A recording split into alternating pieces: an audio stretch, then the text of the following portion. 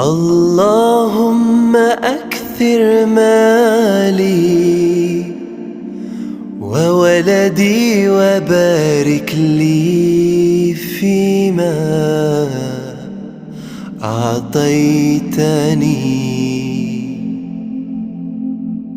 اللهم أكثر مالي وولدي وبارك لي فيما أعطيتني.